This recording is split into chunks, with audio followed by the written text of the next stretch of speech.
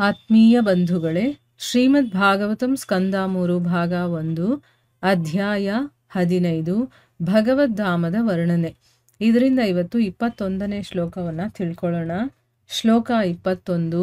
ಶ್ರೀ ರೂಪಿಣಿ ಕ್ವಣಯತಿ ಚರಣಾರವಿಂದಂ ಲೀಲಾಂಬುಜೇನ ಹರಿಸದ್ಮನಿ ಮುಕ್ತದೋಷ ಸಂಲಕ್ಷ್ಯತೆ ಸ್ಫಟಿಕ ಕುಡ್ಯ ಉಪೇತ ಹೇಮ್ನಿ ಸಮ್ಮಾರ್ಜತೀವ ಯದನುಗ್ರಹಣೇನ್ಯಯತ್ನಃ.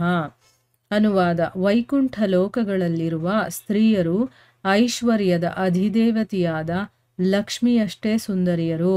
ಅಂತಹ ದಿವ್ಯ ಸೌಂದರ್ಯದ ಸ್ತ್ರೀಯರು ತಮ್ಮ ಕೈಯನ್ನು ತಾವರೆ ಹೂಗಳೊಂದಿಗೆ ಆಟವಾಡಿಸುತ್ತಾ ಕಾಲ್ಬಳೆಗಳು ಕಿಣಿಕಿಣಿ ಶಬ್ದ ಮಾಡುತ್ತಿರಲು ದೇವೋತ್ತಮ ಪರಮಪುರುಷನ ಅನುಗ್ರಹ ಪಡೆಯುವುದಕ್ಕಾಗಿ ಅಲ್ಲಲ್ಲಿ ಚಿನ್ನದ ಕೆರೆಗಳಿಂದ ಅಲಂಕೃತವಾಗಿರುವ ಚಂದ್ರಕಾಂತದ ಗೋಡೆಗಳನ್ನು ಮಾರ್ಜನ ಮಾಡುತ್ತಾ ಕಾಣಿಸುವರು.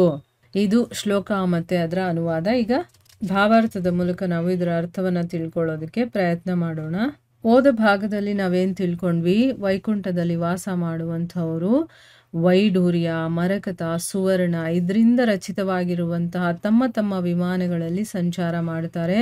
ಮತ್ತೆ ಅವರ ವಿಶಾಲವಾದಂತಹ ಕಟಿತಟಗಳು ಮತ್ತೆ ಮನೋಹರವಾದ ನಗು ಮೊಗದಿಂದ ಕೂಡಿರುವಂತಹ ಪತ್ನಿಯರ ಸಮೂಹದೊಡನೆ ಇದ್ರೂ ಕೂಡ ಅವರ ದೇಹ ಸೌಂದರ್ಯ ಲಾವಣ್ಯಗಳಿಂದ ಅವರು ಮನೋವಿಕಾರಕ್ಕೆ ಒಳಗಾಗೋದಿಲ್ಲ ಅನ್ನೋದನ್ನ ತಿಳ್ಕೊಂಡ್ವಿ. ಈ ಶ್ಲೋಕದಲ್ಲಿ ಏನು ಹೇಳ್ತಾ ಇದ್ದಾರೆ? ವೈಕುಂಠ ಲೋಕದಲ್ಲಿರುವಂತಹ ಸ್ತ್ರೀಯರು ಐಶ್ವರ್ಯದ ಅಧಿದೇವತೆಯಾದ ಲಕ್ಷ್ಮಿಯಷ್ಟೇ ಸುಂದರವಾಗಿರ್ತಾರೆ. ಆಮೇಲೆ ದಿವ್ಯ ಸೌಂದರ್ಯದ ಸ್ತ್ರೀಯರೇನು ಮಾಡ್ತಾರೆ? ತಮ್ಮ ಕೈಯನ್ನ ತಾವರೆ ಹೂಗಳ ಜೊತೆ ಆಟವಾಡಿಸ್ತಾ, ಅಂದರೆ ತಾವರೆ ಹೂಗಳನ್ನು ಇಟ್ಕೊಂಡು ಕೈಯಲ್ಲಿ ಆಟ ಆಡ್ತಾ ಕಾಲ್ಬಳೆಗಳು, ಅಂದರೆ ಕಾಲಲ್ಲಿ ಗೆಜ್ಜೆಗಳು, ಅದನ್ನ ಕಾಲ್ಬಳೆಗಳು ಅಂತ ಹೇಳ್ತಾ ಇದ್ದಾರೆ. ಅದರಿಂದ ಕಿಣಿಕಿಣಿ ಅನ್ನುವಂಥ ಆ ಗೆಜ್ಜೆಯ ಶಬ್ದವನ್ನು ಮಾಡ್ತಾ ಇರಬೇಕಾದ್ರೆ ಆ ಭಗವಂತನ ಅನುಗ್ರಹವನ್ನು ಪಡ್ಕೊಳ್ಳೋದಕ್ಕೋಸ್ಕರನೇ ಅಲ್ಲಲ್ಲಿ ಏನು ಮಾಡ್ತಾರೆ? ಚಿನ್ನದ ಕೆರೆಗಳಿಂದ ಅಲಂಕೃತವಾಗಿರುವಂಥ ಚಂದ್ರಕಾಂತದ ಗೋಡೆಗಳು. ಈಗ ಕೆರೆಗಳು, ಆ ಕೆರೆಗೆ ಗೋಡೆಗಳನ್ನು ಕಟ್ಟಿರ್ತಾರಲ್ಲ, ಅದನ್ನ ಕ್ಲೀನ್ ಮಾಡ್ತಾ ಇರೋ ಹಾಗೆ ಕಾಣಿಸ್ಕೊಳ್ತಾರೆ. ಅಂದ್ರೆ ಭಗವಂತನ ಅನುಗ್ರಹ ನಮಗೆ ಸಿಗಬೇಕು ಅನ್ನೋ ಒಂದು ಕಾರಣದಿಂದ ಈ ರೀತಿ ಅವರು ಅಲ್ಲಲ್ಲಿ ಅದನ್ನ ಕ್ಲೀನ್ ಮಾಡುವಂತಹ ಒಂದು ಕೆಲಸದಲ್ಲಿ ಅವರು ತೊಡಗಿರ್ತಾರೆ. ಈಗ ಭಾವಾರ್ಥದಲ್ಲಿ ಗುರುಗಳು ಇದರ ಬಗ್ಗೆ ಏನು ಹೇಳ್ತಾರೆ ಅಂತ ತಿಳ್ಕೊಳ್ಳೋಣ. ಪರಮ ಪ್ರಭುವಾಗಿರುವ ಗೋವಿಂದನು ತನ್ನ ಧಾಮದಲ್ಲಿ ಲಕ್ಷೋಪಲಕ್ಷ ಲಕ್ಷ್ಮೀ ದೇವಿಯರಿಂದ ಯಾವಾಗಲೂ ಸೇವೆಗೊಳ್ಳುತ್ತಿರುತ್ತಾನೆಂದು ಬ್ರಹ್ಮ ಸಂಹಿತೆಯಲ್ಲಿ ಹೇಳಿದೆ. ಲಕ್ಷ್ಮೀ ಸಹಸ್ರ ಶತ ಸಂಭ್ರಮ ಸೇವ್ಯಮಾನಂ. ಅಂದ್ರೆ ಅರ್ಥ ಏನು? ಭಗವಂತ ಗೋವಿಂದ ಇದಾನಲ್ಲ, ಅವನು ತನ್ನ ಧಾಮದಲ್ಲಿ ಲಕ್ಷಾಂತರ ಲಕ್ಷ್ಮೀ ದೇವಿಯರಿಂದ ಯಾವಾಗಲೂ ಸೇವೆಗೆ ಒಳಗಾಗಿರ್ತಾನೆ ಅಂತ ಹೇಳಿದ್ದಾರೆ. ಅದು ಯಾವುದರಲ್ಲಿ? ಬ್ರಹ್ಮ ಸಂಹಿತೆಯಲ್ಲಿ ಬ್ರಹ್ಮ ಹೇಳಿದ್ದಾನೆ. ಏನು ಆ ಶ್ಲೋಕ? ಲಕ್ಷ್ಮೀ ಸಹಸ್ರ ಶತ ಸಂಭ್ರಮ ಸೇವ್ಯಮಾನಂ ಅಂದರೆ ಸಹಸ್ರ ಲಕ್ಷ್ಮಿಯರಿಂದ ಯಾವಾಗಲೂ ವೈಕುಂಠದಲ್ಲಿ ಭಗವಂತ ಸೇವಿತನಾಗಿರ್ತಾನೆ ಅಂತ ಅರ್ಥ.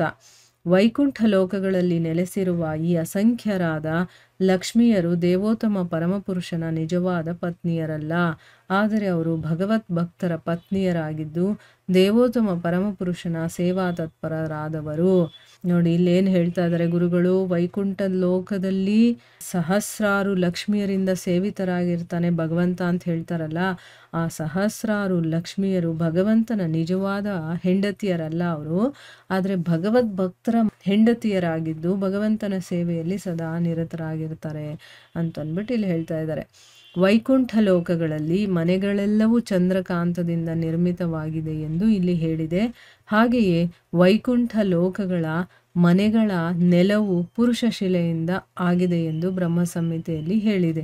ಆದುದರಿಂದ ವೈಕುಂಠದಲ್ಲಿ ನೆಲವನ್ನು ಗುಡಿಸುವ ಅವಶ್ಯಕತೆ ಇರುವುದಿಲ್ಲ, ಏಕೆಂದರೆ ಆ ನೆಲದ ಮೇಲೆ ಧೂಳು ಏನೂ ಇರುವುದಿಲ್ಲ. ಹೀಗಿದ್ದರೂ ಭಗವಂತನನ್ನು ತೃಪ್ತಿಪಡಿಸುವುದಕ್ಕಾಗಿ ಅಲ್ಲಿರತಕ್ಕ ಸ್ತ್ರೀಯರು ಚಂದ್ರಕಾಂತದ ಗೋಡೆಗಳನ್ನು ಒರೆಸುವುದರಲ್ಲಿ ತತ್ಪರರಾಗಿರುತ್ತಾರೆ.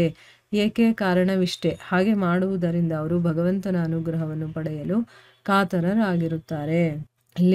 ಅಲ್ಲಿರುವಂಥ ಲಕ್ಷ್ಮಿಯರು ಭಗವಂತನ ಹೆಂಡತಿಯರಲ್ಲ, ಆದರೆ ಭಗವಂತನ ಭಕ್ತರು ಇರ್ತಾರಲ್ಲ ಅವರ ಹೆಂಡತಿಯರು. ಅದಕ್ಕೆ ಅವರು ಭಗವಂತನ ಸೇವೆಯಲ್ಲಿ ತೊಡಗಿರ್ತಾರೆ ಸದಾ ಅಂತ. ಆಮೇಲೆ ವೈಕುಂಠ ಲೋಕದಲ್ಲಿರುವಂಥ ಮನೆಗಳೆಲ್ಲ ನಮ್ಮ ಹಾಗೆ ಇಟ್ಟಿಗೆ ಸಿಮೆಂಟಿಂದಲ್ಲ, ಚಂದ್ರಕಾಂತ ಇದೆಯಲ್ಲ ಅದರಿಂದ ಆಗಿರುವಂಥದ್ದು. ಮತ್ತು ವೈಕುಂಠ ಲೋಕಗಳಲ್ಲಿರುವಂಥ ಮನೆಗಳ ನೆಲ ಇದೆಯಲ್ಲ, ಅದು ಮೊಜಾಕು, ಅದು ಆಮೇಲೆ ರೆಡ್ ಆಕ್ಸೈಡು ಆ ರೀತಿ ಅಲ್ಲ, ಪುರುಷ ಶಿಲೆಯಿಂದ ಆಗಿರುವಂಥದ್ದು ಅಂತ ಯಾವುದರಲ್ಲಿ ಹೇಳಿದ್ದಾರೆ, ಬ್ರಹ್ಮ ಸಂಹಿತೆಯಲ್ಲಿ ಹೇಳಿದ್ದಾರೆ. ಅದಕ್ಕೆ ಅಲ್ಲಿ ನಮ್ಮ ಥರ ಇಲ್ಲಿ ಗುಡಿಸೋದು ಒರೆಸೋದು ಆ ರೀತಿ ಯಾವುದರ ಅವಶ್ಯಕತೆಯೂ ಇರೋದಿಲ್ಲ, ಅದ್ರ ಮೇಲೆ ಯಾವತ್ತೂ ಧೂಳು ಇರೋದೇ ಇಲ್ಲ.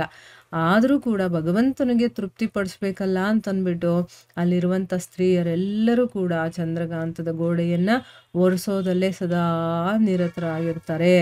ಯಾಕೆ ಒರೆಸೋದಕ್ಕೆ ನಿರತರಾಗಿರ್ತಾರೆ? ಕಾರಣ ಇಷ್ಟೇ, ಹಾಗೆ ಮಾಡೋದ್ರಿಂದ ಅವರು ಭಗವಂತನ ಅನುಗ್ರಹವನ್ನು ಪಡಿಬೇಕು ಅಂತ ಅವರು ಕಾತರರಾಗಿರ್ತಾರೆ. ಅದಕ್ಕೋಸ್ಕರ ವೈಕುಂಠ ಲೋಕಗಳ ಲಕ್ಷ್ಮಿಯರು ನಿಷ್ಕಳಂಕವಾಗಿರುವವರೆಂದೂ ಇಲ್ಲಿ ಹೇಳಿದೆ. ಸಾಮಾನ್ಯವಾಗಿ ಲಕ್ಷ್ಮಿಯು ಒಂದೇ ಕಡೆ ದೃಢವಾಗಿ ಇರುವುದಿಲ್ಲ. ಆಕೆಯ ಹೆಸರು ಚಂಚಲ, ಅಂದರೆ ಸ್ಥಿರವಾಗಿ ಇರದವಳು.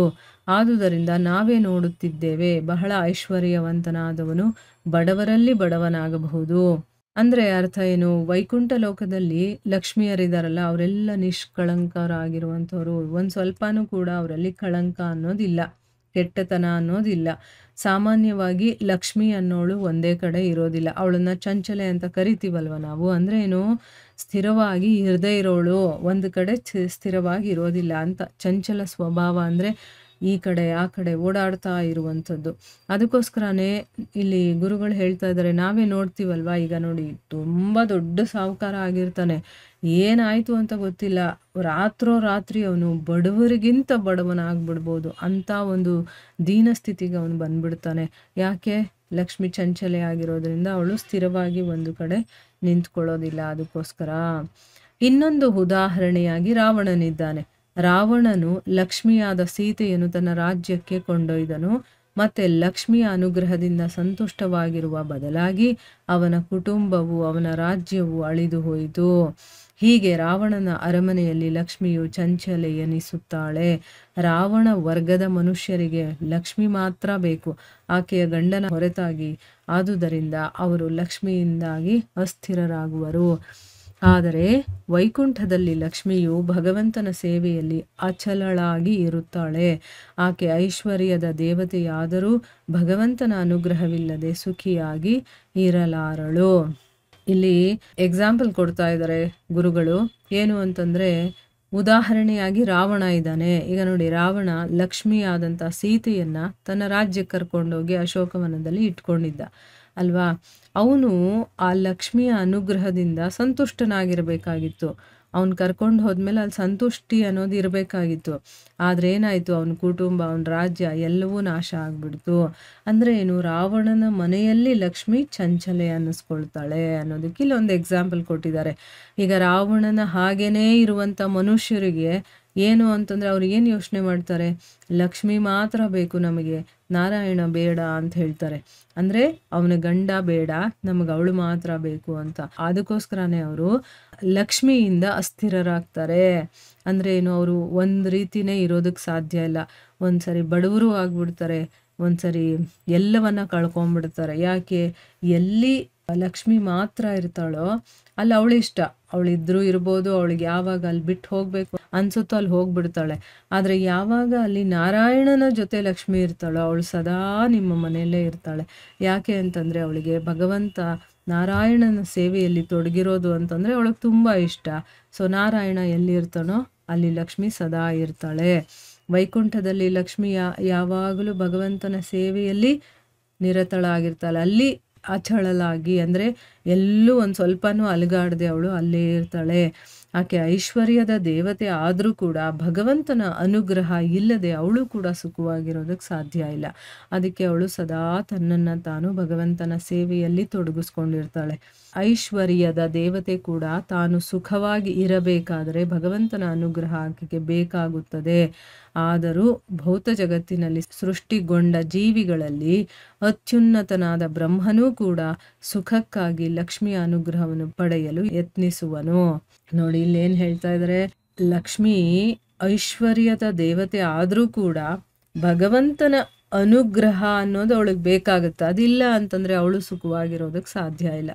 ಈಗ ಐಶ್ವರ್ಯದ ದೇವತೆನೇ ಆಗಿರೋಳಿಗೆನೇ ಭಗವಂತನ ಅನುಗ್ರಹ ಇರಬೇಕು ಸುಖವಾಗಿರಬೇಕಾದ್ರೆ ಅಂತಂದಮೇಲೆ ಇನ್ನು ಭೌತಿಕ ಜಗತ್ತಿನಲ್ಲಿರುವಂಥ ಸಾಮಾನ್ಯ ಮನುಷ್ಯ ಹೇಗಿರಬೇಕು? ಅವನು ಭಗವಂತನಿಗೆ ಶರಣಾಗತಿಯಾಗಿ ಅವನ ಸೇವೆಯಲ್ಲಿ ತೊಡಗಿದ್ರೆ ಮಾತ್ರ ಅವನಿಗೆ ಆನಂದ ಸಿಗೋದು. ಈಗ ಈ ಭೌತಿಕ ಜಗತ್ತಿನಲ್ಲಿ ಸೃಷ್ಟಿಯಾಗಿರುವಂಥ ಜೀವಿಗಳಲ್ಲಿ ಅತ್ಯುನ್ನತನಾಗಿರುವಂಥವ್ನು ಯಾರು? ಬ್ರಹ್ಮ ಅಲ್ವಾ? ಅವನು ಕೂಡ ಸುಖಕ್ಕೋಸ್ಕರ ಲಕ್ಷ್ಮಿಯ ಅನುಗ್ರಹವನ್ನು ಪಡೆಯೋದಕ್ಕೆ ಪ್ರಯತ್ನ ಮಾಡ್ತಾನೆ. ಈಗ ನಮಗೆ ಸುಖ ಸಿಗೋದು ಎಲ್ಲಿಂದ? ನಾರಾಯಣನಿಂದ. ಆದರೆ ನಾವು ಕೇಳ್ಕೊಳ್ತಾ ಇರೋದು ಐಶ್ವರ್ಯ, ಅಂತಸ್ತು, ಇದಕ್ಕೆ ಒಡತಿಯಾಗಿರುವಂಥ ಲಕ್ಷ್ಮಿಯಿಂದ. ಅವಳೇ ನಾರಾಯಣನಿಂದ ಅದನ್ನು ಪಡ್ಕೊಳ್ತಾಳೆ ಭಗವಂತನಿಂದ ಅಂದಮೇಲೆ ನಾವು ಎಲ್ಲಿಗೆ ಹೋಗಬೇಕು? ಆನಂದ ಮತ್ತು ಸುಖ ಪಡಿಬೇಕು ಅಂತಂದರೆ ಆ ಭಗವಂತನ ಹತ್ರ ನಾವು ಡೈರೆಕ್ಟಾಗಿ ಹೋಗಬೇಕು. ಸೊ ಲಕ್ಷ್ಮಿ ಒಬ್ಬಳನ್ನು ನಾವು ಇಟ್ಕೊಂಡ್ರೆ ಅವಳು ಚಂಚಲೆ, ಯಾವಾಗ ಬೇಕಾದರೂ ನಮ್ಮನ್ನು ಬಿಟ್ಟು ಹೋಗ್ಬಿಡ್ಬೋದು. ಆದರೆ ನಾರಾಯಣನನ್ನು ನಾವು ಹಿಡ್ಕೊಂಡ್ರೆ ಲಕ್ಷ್ಮಿ ಅಲ್ಲಿ ಇದ್ದೇ ಇರ್ತಾಳೆ. ಎಲ್ಲಿ ನಾರಾಯಣ ಇರ್ತಾನೋ ಅಲ್ಲಿ ಅವಳು ಸದಾ ಅವನ ಸೇವೆಯನ್ನು ಮಾಡಿಕೊಂಡು ಜೊತೆನಲ್ಲೇ ಇರ್ತಾಳೆ. ಅದಕ್ಕೋಸ್ಕರ ನಾವು ಆ ಭಗವಂತನನ್ನು ನಾವು ಸ್ಮರಣೆ ಮಾಡ್ಕೋಬೇಕು. ಅವನನ್ನು ಸದಾ ನಮ್ಮ ಧ್ಯಾನದಲ್ಲಿ, ನಮ್ಮ ಒಂದು ದಿನನಿತ್ಯದ ಕೆಲಸ ಮಾಡ್ತಾ ಇರಬೇಕಾದ್ರೂ ಅವನ ಸ್ಮರಣೆಯಲ್ಲೇ ನಾವು ತೊಡಗಿದ್ದಾಗ ಬೇರೆದೆಲ್ಲ ತಂತಾನಾಗೆ ನಮ್ಮ ಜೊತೆ ಇರುತ್ತೆ. ನಾರಾಯಣ ಒಬ್ಬ ಇದ್ದ ಅಂತಂದರೆ ಬೇರೆದೆಲ್ಲ ತಂತಾನಾಗಿ ನಮ್ಮ ಜೊತೆ ಇರುತ್ತೆ ಅನ್ನೋದನ್ನು ಇಲ್ಲಿ ತಿಳ್ಕೋಬೇಕು. ಈಗ ಗೊತ್ತಾಯ್ತಲ್ವಾ? ಬ್ರಹ್ಮ ಎಲ್ಲಿದ್ದಾನೆ, ಯಾವ ಮಟ್ಟದಲ್ಲಿದ್ದಾನೆ, ಲಕ್ಷ್ಮಿ ಅಂತಂದರೆ ಏನು, ಮತ್ತು ಅವಳನ್ನ ಯಾಕೆ ಚಂಚಲೆ ಅಂತ ಕರೀತಾಳೆ. ಸೊ ಸುಖಕ್ಕೋಸ್ಕರ ನಾವು ಅಂದರೆ ನಮ್ಮ ಮನಸ್ಸಿನ ಒಂದು ಸಮಾಧಾನ, ಸುಖ, ಶಾಂತಿ ಅಂತ ನಾವೇನಂತೀವೋ ಅದಕ್ಕೆ ನಾವು ಯಾರ ಕಡೆಗೆ ಹೋಗಬೇಕು, ಯಾರನ್ನ ನಾವು ಭಜಿಸಿದ್ರೆ ನಮಗೆ ಇದೆಲ್ಲ ಸಿಗುತ್ತೆ ಅನ್ನೋದು ಗೊತ್ತಾಯ್ತಲ್ವಾ? ಸೊ ಇಲ್ಲಿಗೆ ನಾವು ನಿಲ್ಲಿಸೋಣ. ಹರೇ ಕೃಷ್ಣ.